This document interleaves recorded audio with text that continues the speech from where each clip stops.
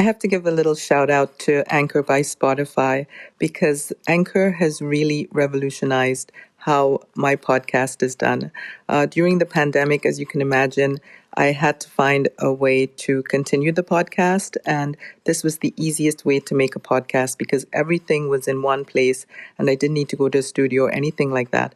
Anchor has all the tools that you need to record and edit your podcast from your phone or from your computer. When you're hosting on Anchor, you can distribute your podcast on many listening platforms like Apple Podcasts and Spotify. It's everything you need to make a podcast in one place. There's so much support at Anchor as well, moral support, financial support, as you can see from these ads, as well as technical support. If anything comes up, there's always someone there who can help you. Best of all, Anchor is totally free. All you need to do is download the Anchor app or go to anchor.fm to get started. I hope you are able to get your voice out there too and contribute to the field that you love. So I'm making this recording now, sitting not far away from the Whitebox gallery, and I have this music playing behind me, this Latin American music, and it really is a part of the East Village, this character. And I'm so grateful to Juan for opening the space and for speaking to me with such warmth and generosity. I hope you enjoy this episode, which is again a homecoming for him back to the East Village, and also for myself as I recently moved back to the East Village. I hope you enjoy this. So here we are today with Juan Puntes. Juan I've known for many years, and he is, as I was saying to him, much more erudite about all things art. And he reminded me that he has never separated art and literature, which I think is... That's correct. Bravo. Not just culture, but literature. Mm-hmm. Because I'm a child of the literary genre, right? Mm-hmm. Without literature or poetry, certainly included, and we could not add the visuals to that. Throughout history, we could not really have a sense of where we come from, yes, where our lineage starts, the fountain of our being here. Almost like being there, the gardener, right? How do you examine our condition? Today I had a beautiful message, 3 poems about 3 different cities, read by Johanna Roa, who is here, one of our artists. Mm-hmm.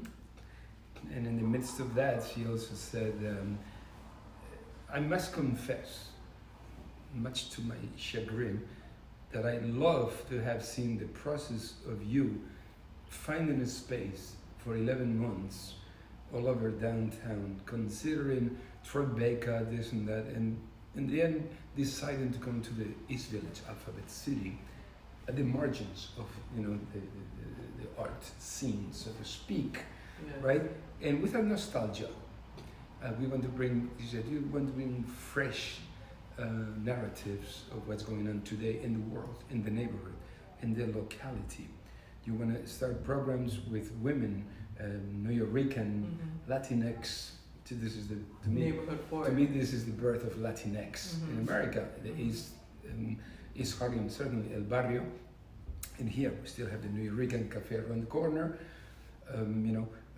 And I've spoken to some of them, and they're willing to collaborate with us. Yeah? Wow. Well, that's what struck me the other day when I came to the opening day for this current exhibition, and you mentioned that by coming back to this space, you had come back to your roots. And I thought that was quite interesting because for myself, I've been thinking the same thing. I moved back recently to the East Village as well, and I felt like I was coming back to my roots in New York. Yeah, it's curious because I came here to the country as a draft evader of Franco's army, mm-hmm, and supported by Washington, D.C., right, on the military, the last dictator to die in power, mm-hmm, in Spain, and I left. And I came here, exactly to the East Village, to 7th Street between A and B, right? And I stayed there briefly, mm-hmm, when it was a tent.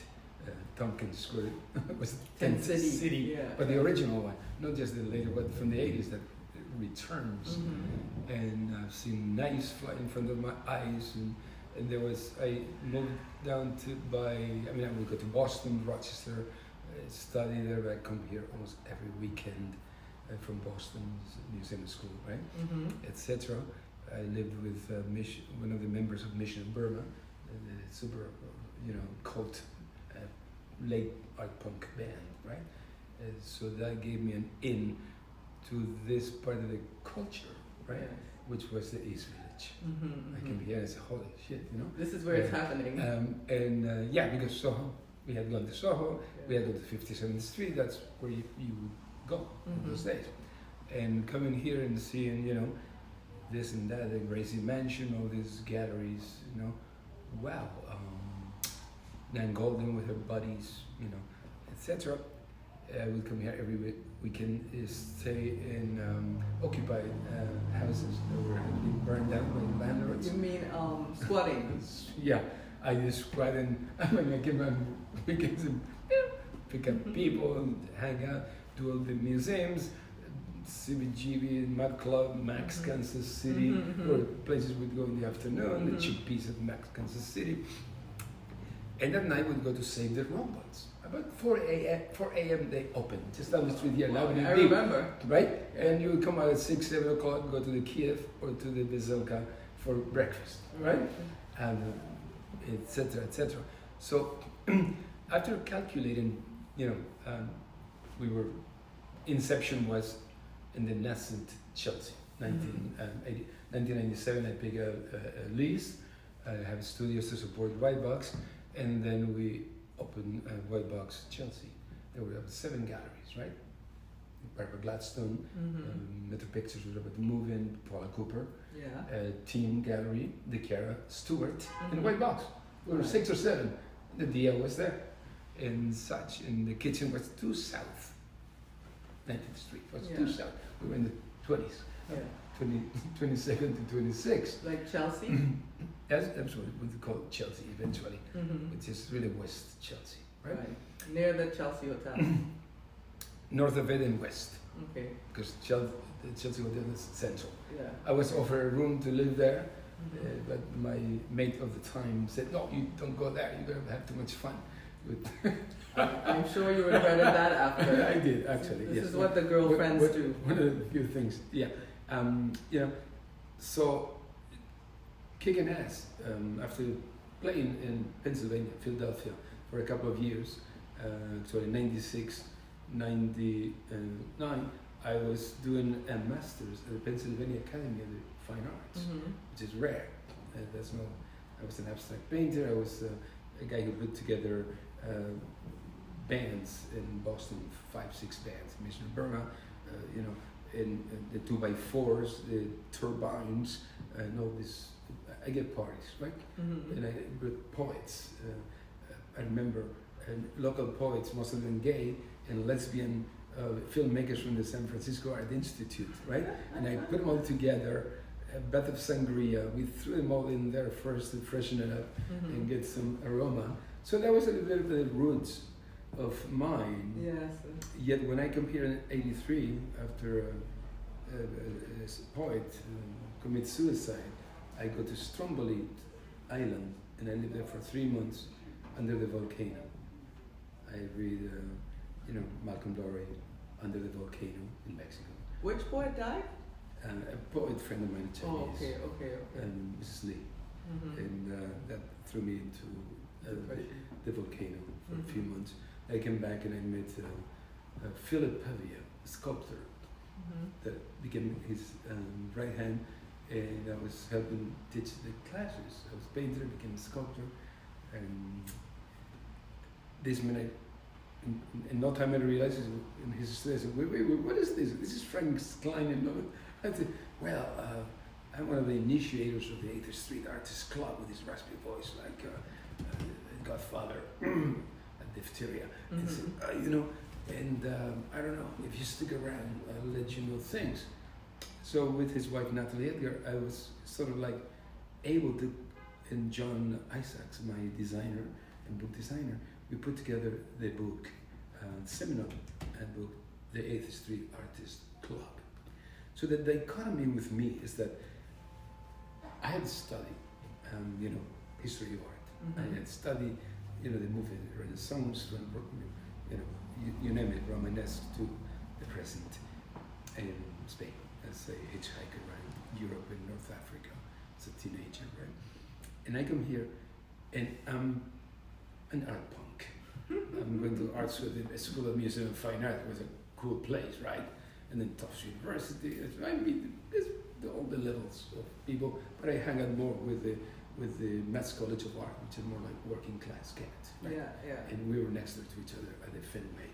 And so I began to mix in my old-fashioned and style. And I used to do that in Spain. I was a kid of the streets. I was a Pasolini character. But my friends were, philosophy students, having terrific theater groups, which I formed part of them. But I knew drug dealers, police informers, etc. Wow. So I come as an art, as a draft evader, I come here and I mix with this several layers. I'm a punk, I'm there with Mission of Burma and Boston. Here I come and see all this space, I visit all the spaces in Mud Club. There's still Yoko Ono at her little place next door. And before you know, Osvaldo Romber is one of my visiting professors for my MFA at the Pennsylvania Academy in 95, 96. Arthur Danto, Philip Pavia get an honoris causa, and I asked Fred, hey, can I do a part-time master's here in sculpture? And I ended up teaching stone carving because Pavia taught me that, took me to Italy, etc. So short of it, all of a sudden I see myself floating between, the Apex color field paint in school.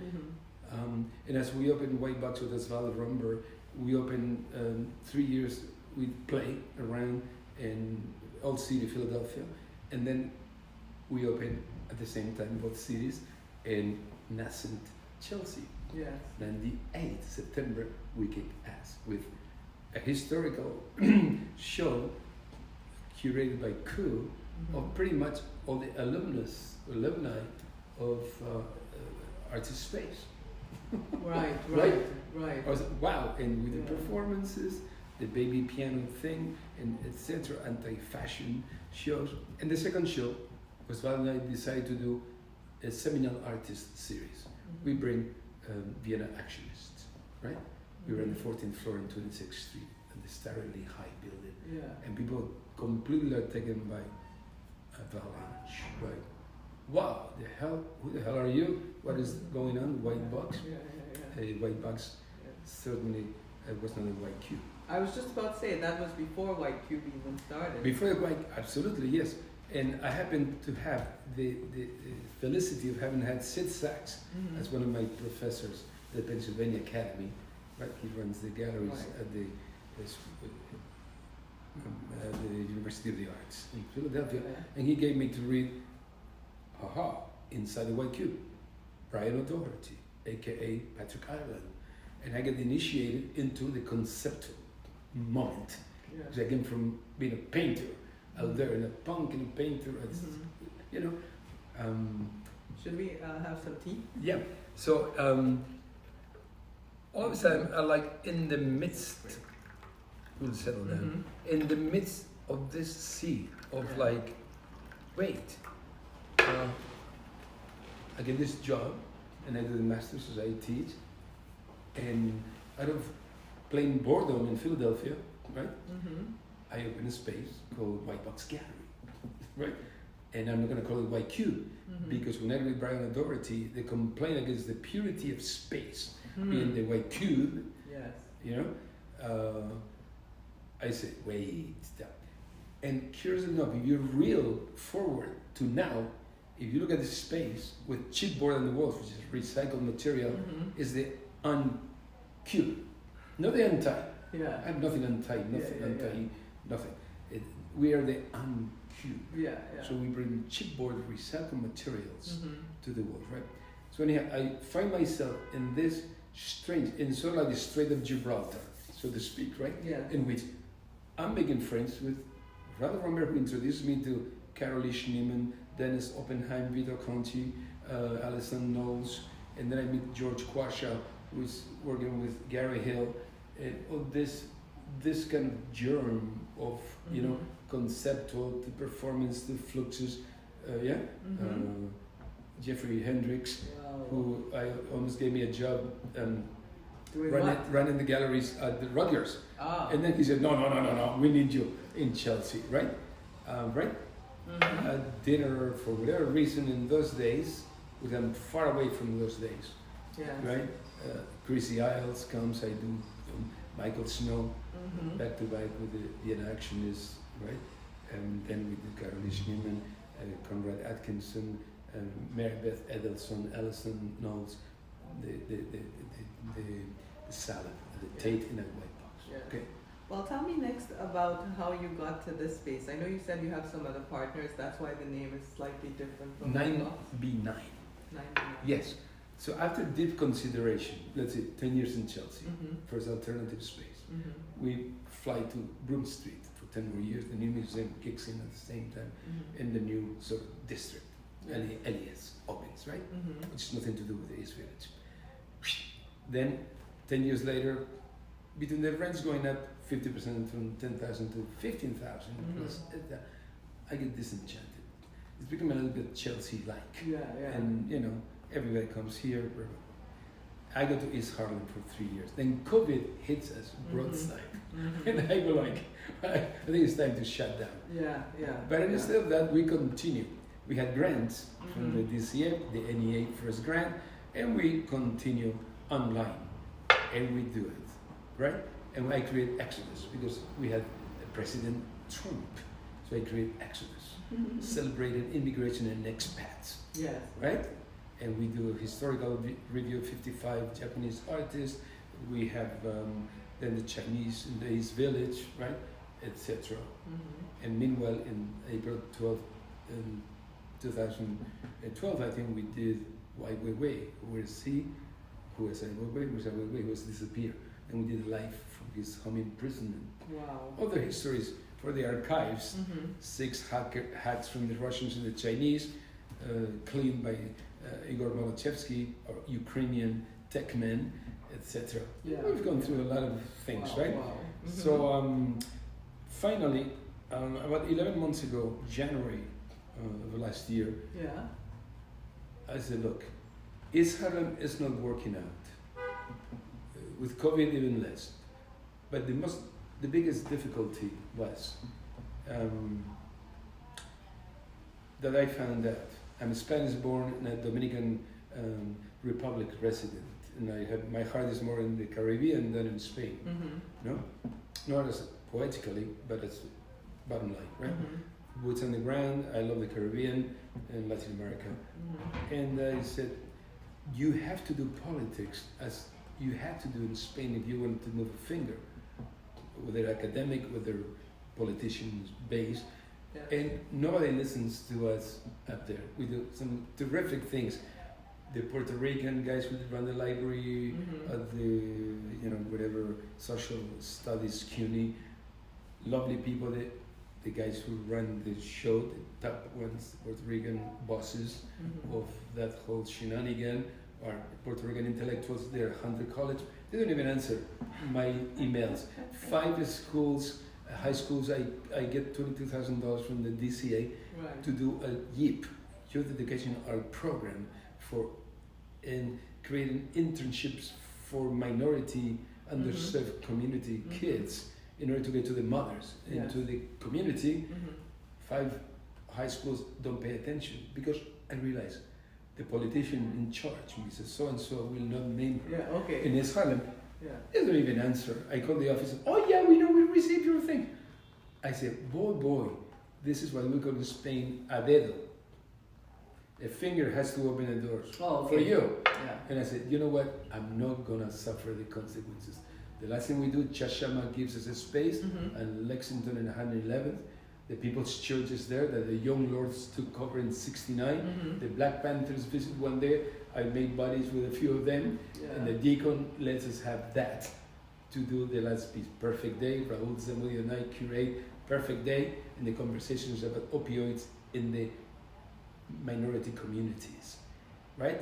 And we do that, we seal the deal, and in 11 months later, I look at 10 spaces in the Lower East Side, the East Village. I give up on this one, being too small.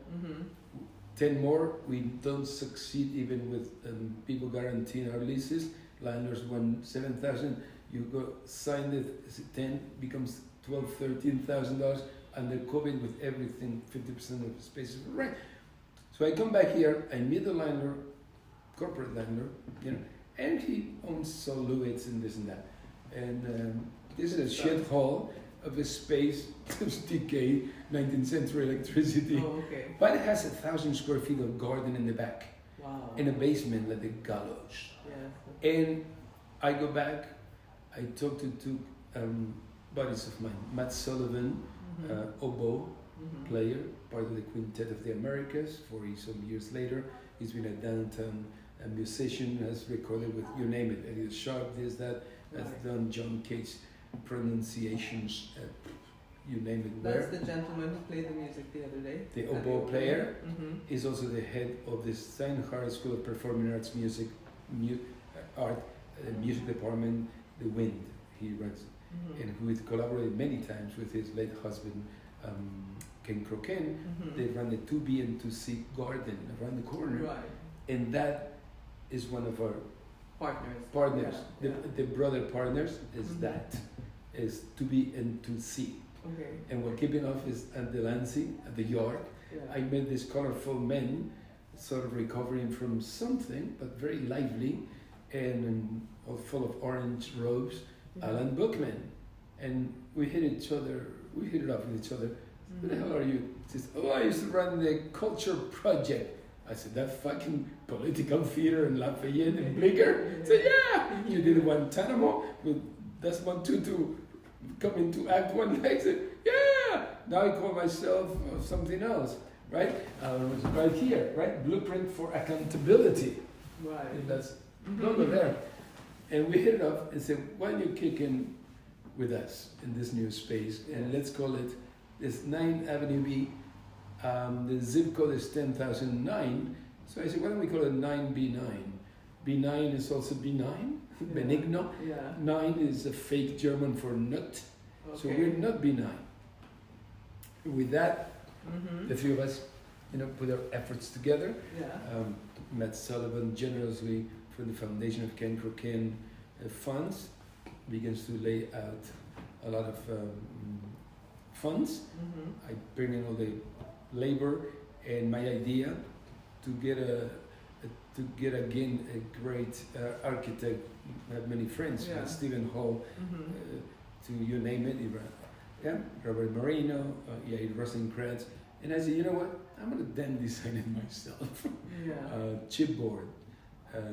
Let the awful things of the architecture, the history be there, gas pipes, etc. Yes. So short of it, here we are. Now we have a program in which Whitebox presents Whitebox, visuals, sound art, etc. Right? Elliot Sharp will be playing here on the 5th with Janine Higgins, and we have a layout already of about 10 or 12 sound art and electronic composers, etc., lined up for our White Noise series we began at Performa in 2005. And that's part of the Off the Clock exhibition, the current exhibition? No, that's just in general? In general.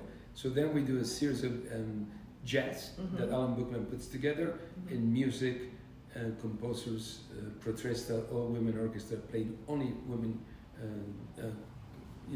compositions. We've already had them under construction. So out of that comes the idea that I meet Johanna Roa.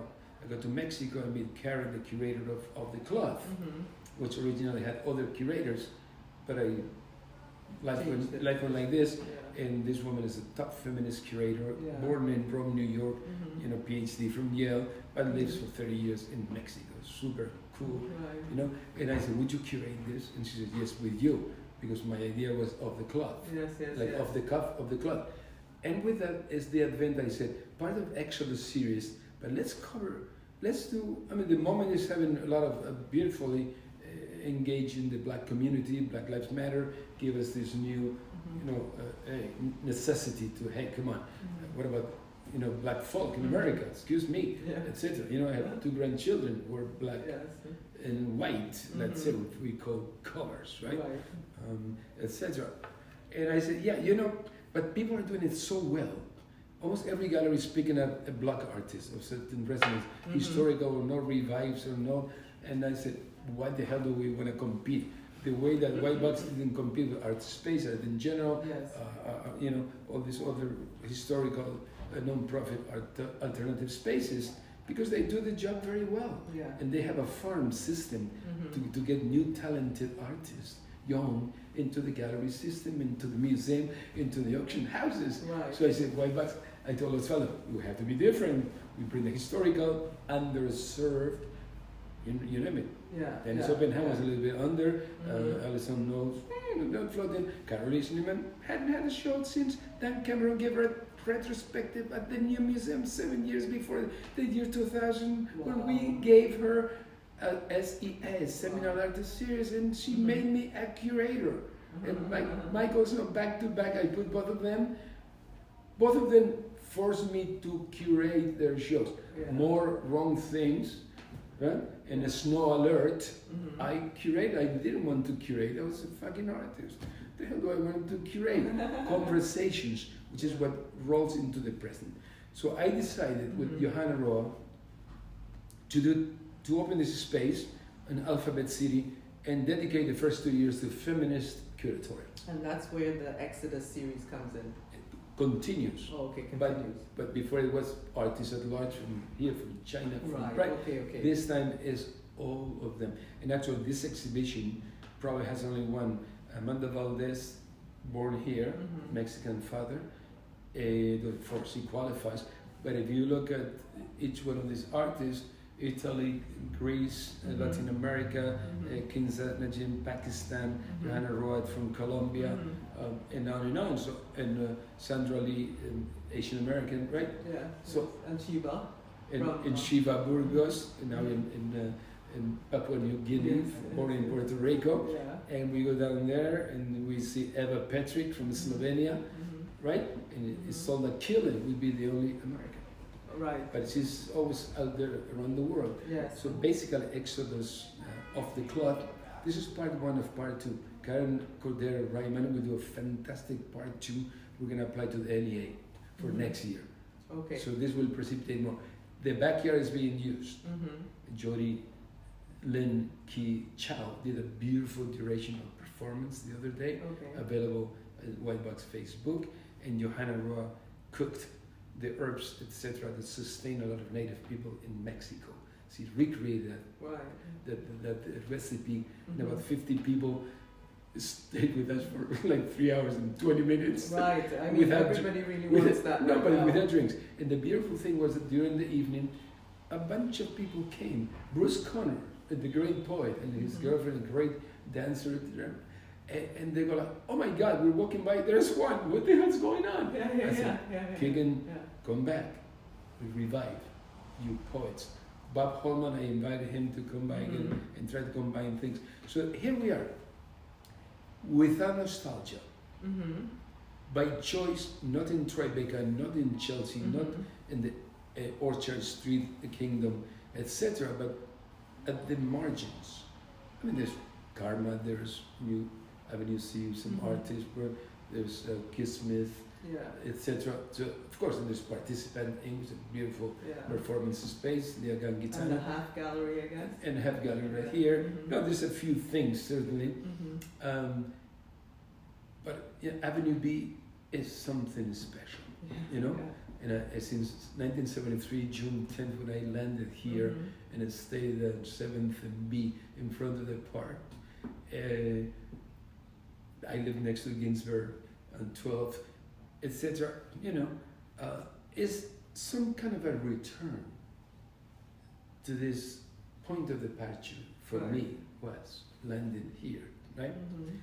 And having had choices to go to San Francisco Art Institute, etc. You didn't take me away from here, And yes, things have changed. A lot of students live here. A lot of young artists moved to Brooklyn. Yeah. Right? And I've been faced by many artists. Why not Brooklyn? Why not Brooklyn? Why we're much hipper and shit? And my answer was very simple. And you can look at whatever we have online and on Facebook and Instagram. We put opening time. If you look at the public that came here, and it was a Friday with many people who apologized. There were other openings and other things. Yeah. When you look at it, it was, a panoply of other folk, poets, others that live around here. A middle of the road, new faces I have never seen. No gentleman with a young Chinese lady, certainly imports, and into younger ones. And I said, you know what? We had, a good mixture of what they call ethnia, etc. But I said, you know what? This is the kind of public in some neighbors. I said, this is the kind of public I like to kick in for. That without serving a drink, they lasted from 140 or so that came and went. Yeah. And most of them stayed for a good half an hour or an hour plus, to a 50 core of them with no drinks for 3 hours and 20 minutes to taste that recipe. I said, this is what couldn't happen out there in Tribeca, back in Chelsea, because everybody goes for the X amount of minutes to have their drink, chat, see who's there. It's like mass at 1 o'clock with my father in Spain was exactly that. You go there to be seen, to show off, to say, hey, I'm here, baby. Right? And well, that's the thing, the hip is just temporary. Who cares about hip? I mean, in some ways, the art scene in the East Village is eternal. And I was thinking about that. You can tell the health of New York City by seeing how healthy the East Village is. And the fact that we've come back here tells me New York City has a good future still. But let's make a point that it has 0 degree of nostalgia. Okay. Because I believe my more, Albert Dürer makes a beautiful piece, right? The angel, melancholy, and the polyedry, right? Many faces of us, diamonds that we are. And see, the metaphysics of that is what I'm after, right? That the yogis, the saints, St. John of the Cross, right? The beautiful deity, godlike poems. Yes. People don't remember he was a prisoner of his own order, in 1 meter tall, 3 feet. And one of the guards gave him a pen and the ink to write those beautiful poems, thanks to a guard, right? That all those things to me have the sense of melancholy. We look for the divine, not for the theosophy of the God in it. That even Rothko and all these people were theosophists. And then Kenneth Nolan over. I told Linda Nucklin once in a conversation we had at the Brooklyn Museum, feminist place. I don't want to name Sackler because I think it sucks. Sackler still backs up all those things with the opioid billions. So anyhow, melancholy is what runs the day, because we have to concentrate in the aspects of the uniqueness, the divine. The divine has politics. Politics has divinity when we know how to do them. Because the Ukrainians, that funny guy, right, Zelensky, has come up with that kind of point of divinity. He's going to defend something that he was not even prepared for, right? Let's say. Well, that's a long conversation. We under construction we did a benefit for Ukraine as well. Right. So we had about 150 musicians and others, and we helped raise some money to buy medicine, etc. So we don't forget that. And this is what Johan Roth sent me a voice message through WhatsApp this morning. I said that I am part of that consequential thing that you are creating for others like us to exhibit and to mix in with the community. And say, I'm proud of you having seen the effort it took, and you building it yourself, putting the thousands of screws and lifting things, busting your back. It's all to advance community. Yes, all to advance community. And I think that's really what will make New York City strong again and make this whole art world start working from a different point of view, like a heart space. But who's this revolutionary on your shirt? I know you have somebody. You know, when I was in Beijing, I met Juan Rui through Peter Wayne Lewis, and Juan Rui was one of the original members of the Chinese during the moment between the the Cultural Revolution kicks in. It was a moment of freedom. I think it was circa 1980, and I was very impressed by him. I was going to do actually a show about that moment, and I needed a T-shirt in the morning, and he said, "Oh, I'm going to give you a T-shirt that's very dear to me because it's the last one I have," and this is one of our great thinkers in that moment that influenced us. And Juan Rui, with his many other friends, took to the streets and demanded contemporary art to be shown. They gave him the National Museum, but they never gave him the keys. So they did a first show on the outside fence of the National Museum. Wow. So all that we were gonna do, and perhaps in the future. So to me, this represents someone like Antonio Gramsci. That influenced Pasolini in a lot of that, the school of cinematographers. Yes. With also this kind of melancholy to create something deep, new. The same of Vittorio De Sica, the bicycle thief, etc. Right? They give us the poverty, the moment, the frustration, the post-war moment.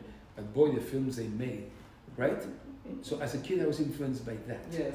And by Camus. More than by Sartre and by Simone de Beauvoir. So my existentialist approach brought me here. As a kid without high school, I was doing the streets and theater, etc. And all that. And I came here, and actually, by the way, it's very important to know that I was a social worker for the Puerto Rican and Black community in Rochester, New York, 74, 75. With my first English dictionary in my pocket. Wow. I was translating, I was going to fight for the rights to remain, receiving a check. And then I saw that I was hitting the wall a little bit, and I was not going to save anybody. I didn't want to go into art. Then I worked in factories, and I punched steel, so I understood what heavy metal was, right? Captain Beefheart, a painter showing in Soho, but also this great musician that influences other things outside punk and noise. So that accumulation. Then I go to Tufts University to explore the museum. I have dinner at Moma Robert's store, where Martha Wilson toasts to Whitebox, the umbilical cord in Chelsea, in early Chelsea, as Franklin Furnace was in Tribeca. And I go like, come on, don't shame me. So I make friends with her, right? And I give her the 30th anniversary of Franklin Furnace, with etc., etc. So that whole milieu, that doesn't come specifically from any type of schooling, that doesn't come in a particular art formish energy thing, or it really, in a way, we've been l'enfant terrible, in a sense. I'm not giving myself a glory fall marking or branding, but from the start, I said, we want to be different, we want to be international. We did. Right. The first 10 years, I brought most everything out there, and then we would do a little bit of what's going on right here, here now, right? So we did that. And I gave shows to people I thought were Duke Riley, full show, Ivan Navarro, I did Mary Mattingly, Javier Tellez. These guys have come into being like really powerful artists in their own, and extremely significant, right?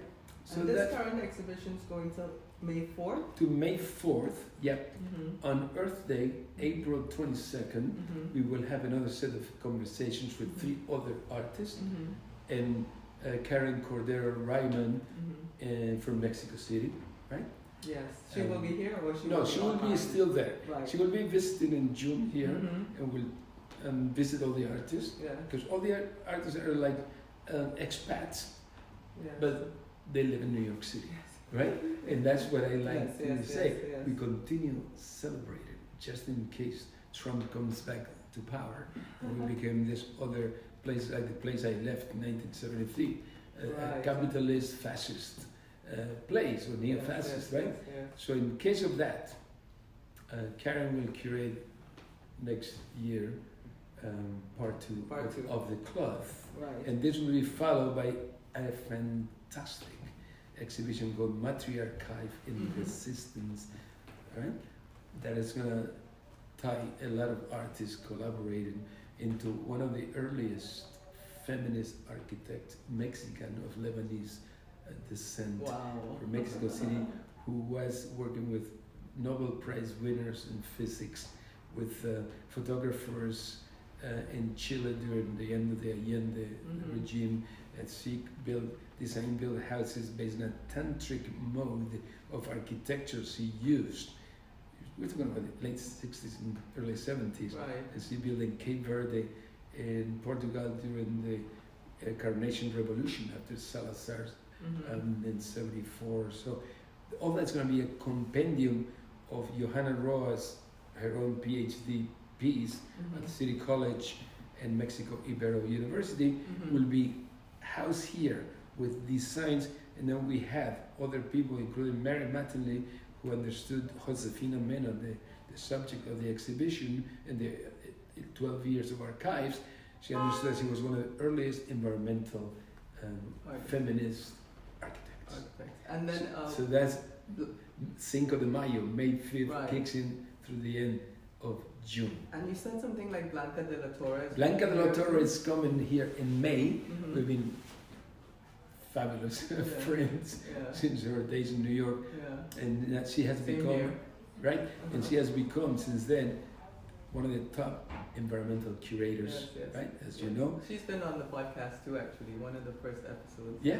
Well, she's coming in May, and we've been talking for a long time about creating green box and white box. So the garden in the back, with Matt Sullivan and to be and to see. Yes, we're gonna write grants. And Francis Levine had designed an environmental garden for a Broome Street place we never built. So we want to ask for permission. When Blanca comes, we're going to talk about it. For the landlord to do a windmill on the rooftop, solar panels, and water gathering systems to go into the backyard. And we're going to have greenery. We're going to build a container as a podcast station, a mini exhibition space, and performance space, right? And Guignol Theater for children from the neighborhood. I want to kick in back again youth educational program, internships from the high schools around here, and these are easier to get to. They're minorities. Bard College runs one, Pace University another one, the Earth one, and we're going to take the minority, marginalized kids, Black, Latino, Asian, and one of the reasons to do that, we'll put them into the environmental system, urban environmental. I hope Blanca will help us get off the ground. My idea is, and I'll finish with this, that Whitebox should be a place with every exhibition or workshops with local women. And right here we have the birth of Latinx, the Americans, and so forth. And south of Houston, the Line C, and below Lower East Side to Chinatown, where we were for 10 years, and we did a lot of conversations and interactions with MoCA, with Bob Lee, right? Asian American Arts Center. We, through the kids, doing internships here and elaborating systems of knowledge, culture, poetry, music, to get the mothers to meet each other.